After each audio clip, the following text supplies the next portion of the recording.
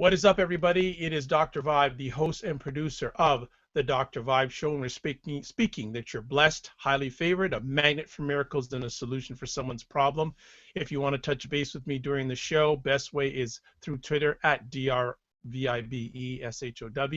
You can also catch me at the Good Men Project, where I am the host of the Good Men Project show, co-producer with Marie Roker Jones. You can also find me on selected episodes, or have selective episodes on the Black Life Coaches Network Facebook fan page, the #1 resource for Black Life coaches in the world. So we're going to get right to it because we have another special guest, and we appreciate him taking time out of his positive, productive schedule to be with us tonight. We have Terrell J. Starr. He's a senior editor at Alternet, which is a publication you need to check out. It's a progressive news magazine and online community. He has 5 years of journalism experience in public radio, social media, magazines, photography, and online reporting. We're going to be talking about two very important subjects, not only for Black America, but America and the world tonight. But we're going to have him share a little bit about his background, and we'll get right into it. So thank you, Mr. Starr, for making some time with us tonight. Thank you, sir. I appreciate you inviting me. I'm looking forward to the conversation. Excellent. Can you give a little bit more background about yourself other than the wonderful graces I've just shared with our audience? Well, thank you. I spent 4 years in Eastern Europe. I specialize in the Black experience in Soviet and post-Soviet and the post-Soviet Union. So if you want any kind of conversation or expertise on how Black people lived during the communist era, I'm the guy to talk to. And I also, I'm very passionate and very knowledgeable about the Black experience in Europe in general. So I am going to be focusing on writing a series of articles talking about the Black experience in Europe, particularly during the 20s and 30s, and kind of debunking this, what I call a myth, that Black people found Europe as an escape, when in fact that's really not the case. There's no way for Black people to ever escape racism. So I'm going to delve into that topic in the next couple of months. But that's just a little something, a little extra about myself. Excellent. And I don't know if you'll be able to do this before, during, or after you write this series. Would definitely like you to come back on our program and share about that, because that's something that most Blacks have no idea about. Absolutely, yeah. And I'm one of the few people who talk about it. Exactly. So that's, that I'm very interested. You've got my, as we say, Dr. Vibe senses tingling in regards to that. So if I made you smile, I'm feeling good. So let's get to it. I first reached out to you in regards to a very interesting article you wrote about Bill Cosby in The Root. Can you share what that article is about and your thought process on it? Absolutely. Well, there's a lot of chatter about the allegations against Bill Cosby in regards to the sexual abuse. And right now, we know, at least legally, that these are allegations, and these women are using the court, they're using the media to basically talk about the experiences they claim to have had with Cosby involving sexual assault. And there are a lot of macro conversations that are happening as a result of this. I have had a lot of experience interviewing women, particularly Black women, on the subject of street harassment, domestic violence, for example. And what I found in those conversations was the women were never given the benefit of the doubt. It was always this issue of, well, what were you wearing? What time were you out? It was always this victim blaming aspect. And in light of the Cosby allegations, a lot of women, Black women who follow me on Twitter, have been talking about their experiences with sexual assault.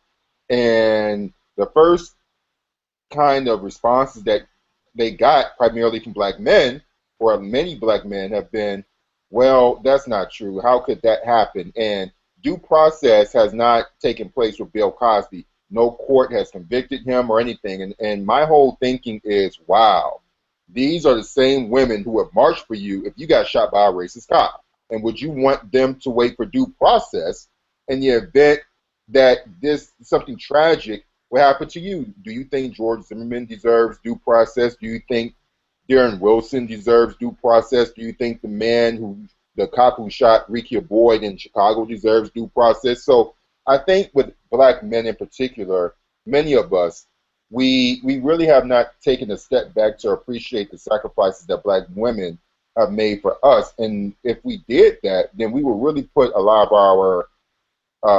our comments about sexual abuse in perspective, or at least be quiet and learn something, as opposed to saying something like saying extremely dangerous things about such as due process and actually denying women's experiences when they talk about this issue. A lot of great conversation pieces I want to get to, and I know it's a very short period of time. You are a member of the media. What is your thoughts about the media coverage of this Bill Cosby issue? Well, I have two backgrounds. I have the black media experience in particular, because I am more interested in how people affect the culture. And I also come, and I'm actually more in a kind of straight line white. It's progressive media, liberal media, but it's, it's predominantly white. And so the way that I can approach a subject is very different for alternate than it would be for, say, the Root. And that's the reason why I wrote that particular piece for the Root, because I wanted to speak specifically to black men. Now, as far as media coverage of it, I don't think that he has been given any harsher treatment than anyone else. Another thing we have to consider is that Bill Cosby, for many people, was America's dad. And I think that for a long time he was, in fact, America's undisputed dad. And so he's automatically going to get that attention. I don't see anything.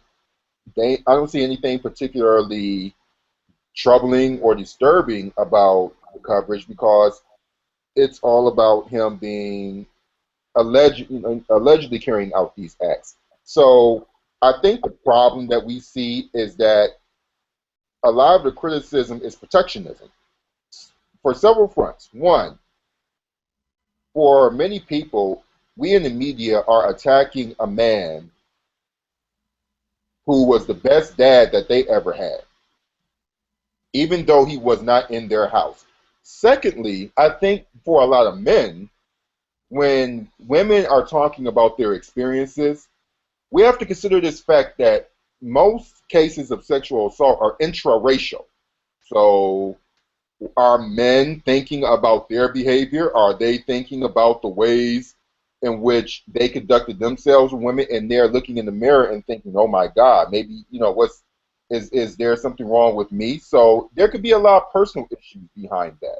So I think that's where you have a lot of this discomfort and a lot of this pushback against us about how we cover it.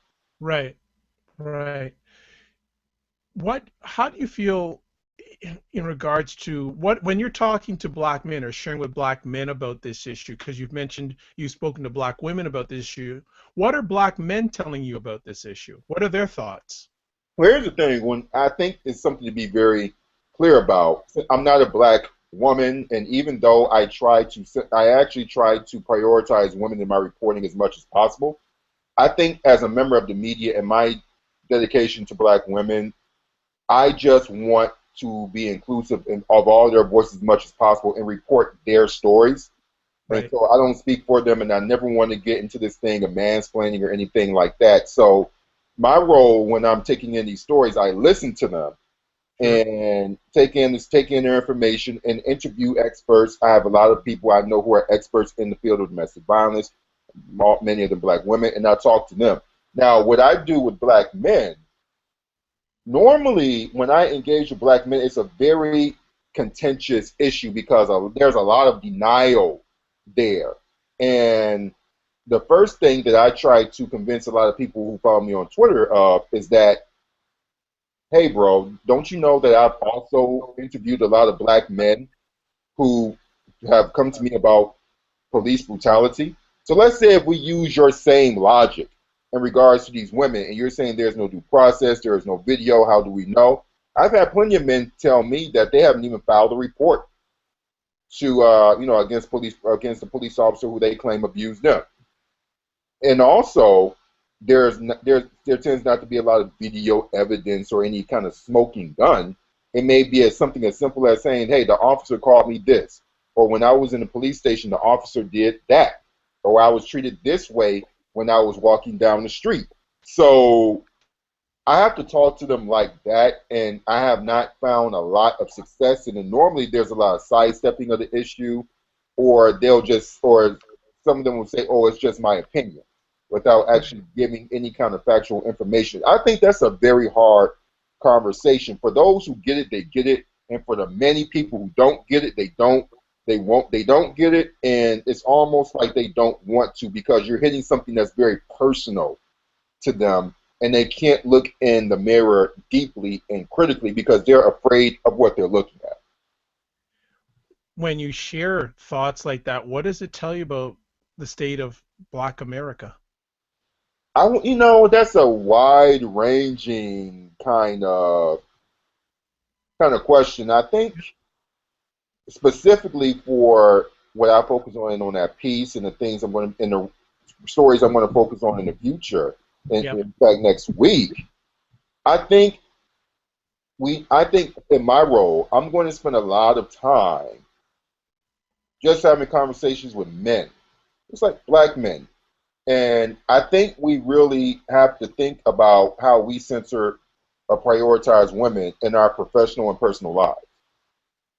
That's a commitment that I've made to myself, personal and professional. Professionally, when I'm covering a story about anything, I'm going to make sure that I have one woman's voice in it. Sure. I'm going to make sure that I am going to expand my networks to include black women because I feel like black women have invested so much in us, and you think about Ferguson where they're putting their bodies on the front lines in order to be tear gassed, in order to be menaced by police. The least we can do is believe them when they come to us with their pain and open up about their experiences. We need to be just as supportive of them as they have historically been of us as a whole. And I just don't see it being equal, at least not in the reporting that I've done in my time as a journalist. Right. Well, let's circle back where you start off this conversation piece talking about Bill Cosby. What do you feel is going to happen? Do you think this is a story that's going to go away like many media stories? Do you see, he yesterday resigned from the board at Temple University where he went to school. What do you see down the road happening with this news story? This story is very unique for several reasons. Let's think about the crime element here. Right. Mind you, you have a man who is world famous. I've been to Ukraine and Russia. People know Bill Cosby there. So this is one of the most famous men to walk the earth. Secondly, these allegations date back to the 60s. So we have more than 40 years of allegations. And not only that, we just know there are close to 20 women who've spoken out. I am willing to bet that there could be dozens who've come out. These are the women who are just coming out to the public to speak. So I definitely don't think this story is going to go away. We could be talking about this story next year and the year after that. It may not be as hot or exciting, but I think that the story opens itself up to more women coming out, speaking out, and we also need to think about did he possibly assault someone who is famous? You know, Janice Dickerson, I believe that's her name, the model. Right. I think she's the most famous person to speak out. Could there be more people like her to come out next year several times? Just when the story dies down, someone like that can resurface the issue. So this is going to, I think that at minimum, this is going to severely stain Cosby's legacy because we're actually able to look at Cosby through a different lens. Not to mention we have social media. We Right. have people who are who have very popular blogs, people who can keep this conversation going, and we know that he made a terrible mistake when he asked people on Twitter to create those memes, those Cosby memes. So he actually hurt himself, and he kept himself in the media spotlight for all the wrong reasons because of what I thought was his arrogance. At that point, he really should have kept quiet, Right. but he didn't. It was his arrogance. It was something that I certainly expected that he would do, but this story is going to go on for a long time. Before we move on to our next piece, I just want to get a final comment from you. If you had the opportunity to speak to Mr. Cosby, what would you tell him? I would ask him if he planned on filing defamation lawsuits against these women, because he certainly has the money to file defamation lawsuits. I understand why his lawyers ask him not to speak, but just think about the two of us. It's nothing. I would hate to be accused of something as heinous, as horrible, as violent as that. I don't have very few people have Bill Cosby's money. That's for sure. So I'm not even sure if I could defend myself adequately against multiple women if if someone made any kind of horrible accusation against me. But he does have the money. Right. And if he feels that he has been so maligned in the media, sue them. I know I would. And I definitely would be speaking to high heaven about the fact that I didn't do it. I didn't do it. This didn't happen if I were truly innocent. So my question to Bill Cosby would be, Mr. Cosby, are you going to file defamation of character lawsuits? Because I know I certainly would if I were him. Okay.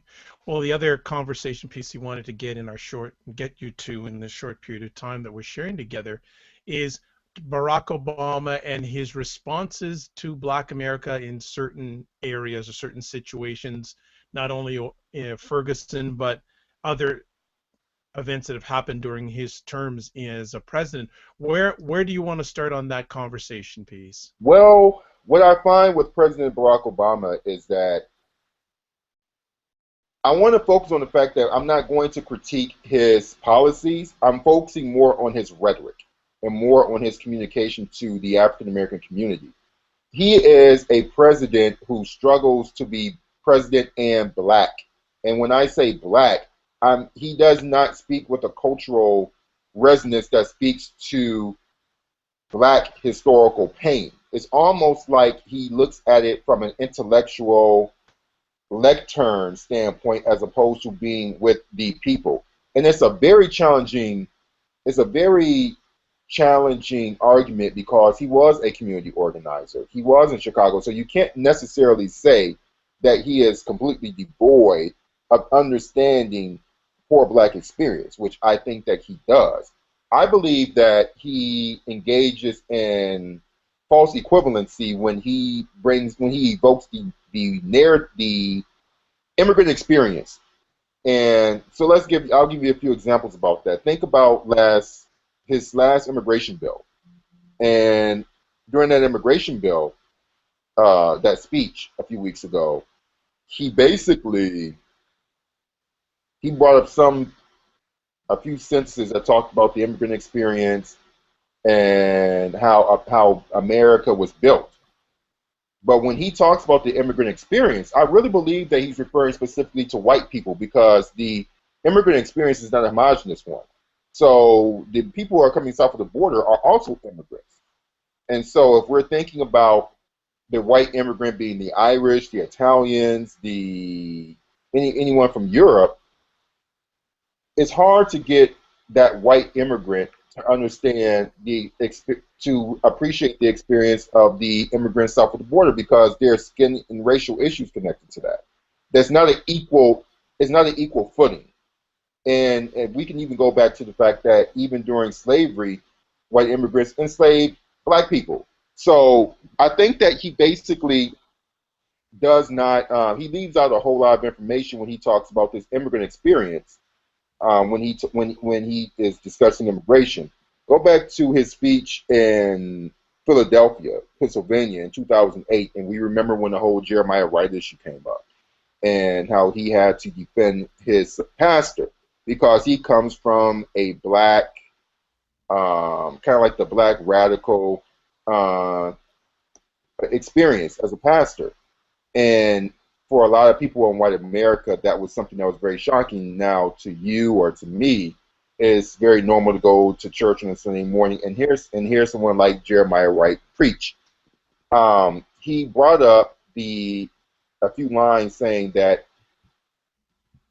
for immigrants coming to America, they may not understand the emotional frustration of racism that Black Americans often articulate and write about. Well, that would not be a very good example simply because he is simply because we have two very different experiences where the white immigrants came in with a lot of advantage based on race. And if we think about the Irish were kind of considered a sub group of people within the European context, but like their white counterparts, they eventually became white. Right. Black people do not, we can't graduate to a level of quote unquote like whiteness per se. It's not possible physically, but just as far as equal opportunities, we still have not. So you can't compare those two immigrant experiences. Going back to Ferguson, now this leads us to Ferguson, where Obama was very critical of the protesters, very critical of, saying that, hey, violence should not be tolerated, they need to be prosecuted. Well, he's not talking about police needing to be prosecuted. He's not discussing he's not really tackling the institution of racism, the structure of racism, because he leads it. If you think about it, the U.S. government, the arms that have been used to discriminate against us, he's the commander in chief of that. So he struggles to critique his own system. And I think he's doing it pretty much for political expediency because he's won the election 2012. He really has nothing to lose. Do you feel that in retrospect, Black America had too much of a high expectation of Barack Obama's presidency? That's a very good question. And I think the answer is no, because from a from a practical level, perhaps if you're thinking about taking down these institutions of racism, criminal justice system, etc., yes, because that's not something that can be done in 8 years. But as far as his verbal affirmation of who we are as a people, no, certainly not. Because had it not been for the black vote, it would have been very different. And I don't know this exactly for sure, but had it not been for the black vote, it would have been very challenging, if not impossible, for him to win the presidency. So no, he owes us at minimum the affirmation of our humanity, which is not something that he has really done. Maybe a few rare cases, and even that speech in Pennsylvania, in Philadelphia, was not affirming of black people. It was more of a let's get together and let me explain to white people why this issue is important. It was never really about us as a whole. It was about a country, but there was so much exclusion of our experience out of that it really did not affirm us in the way that he could. And critical thing about Obama, he does not come from the Black Power liberation political era that, say, Marion Barry, for example, in Washington, D.C., or Coleman A. Young in Detroit, Michigan. He does not come from that background, so he does not speak with the fervor of someone of that era.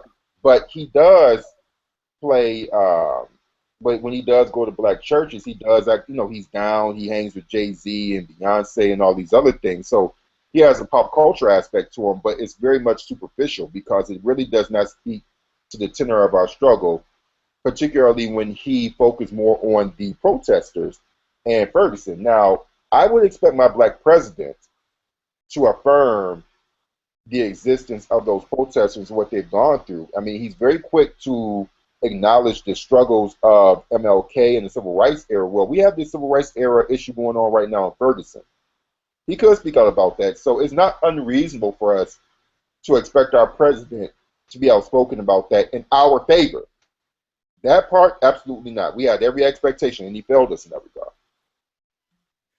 What do you feel, as we wind down here, what do you feel we should expect for the last days of his presidency? That part I'm not really sure of. At this point with President Obama, I am more interested in his relationship with Black America because from a policy standpoint, I have a lot of colleagues in media who are very critical of Obama from a policy standpoint, particularly with the Affordable Care Act. I believe that Congress gutted it in large part. I don't blame him for the result of the Affordable Care Act at all. I believe that was a very aggressive, very robust initiative. It was something that Bill Clinton could not do, President Bill Clinton could not do, um, and others before him. So no, I applaud Obama for at least trying. He rammed it through against all odds.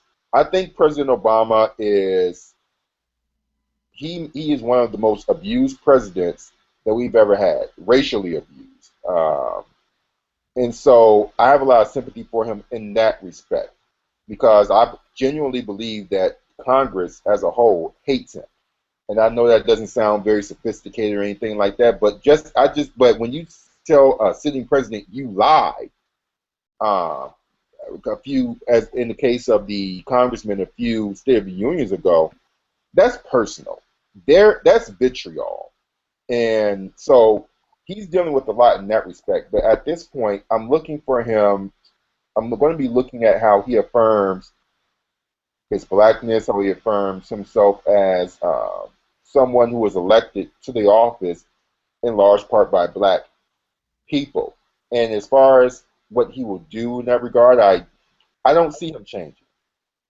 I don't see him changing. And so I'm looking more forward to writing about his disappointing rhetoric towards black people than I see an improvement of it. As we close up here, you've had the opportunity to share about two important moments in Black American history: Ferguson and the presidency of Barack Obama. Where do you feel Black America stands now with events like the first Black American president and with events like Ferguson and other ones that have happened recently? Where does Black America stand? Where does America stand? America goes to the beat of Black America, I believe. And we are in our civil rights era moment. I really believe that. And we said that during Trayvon Martin, during the George Zimmerman trial, but there's something very particular about Ferguson that I think will have more lasting power than, say, Occupy Wall Street even. There's people have a limit, and what we see in Ferguson, particularly with the destruction of property and things, which to me is a direct result of people being pushed to their limits.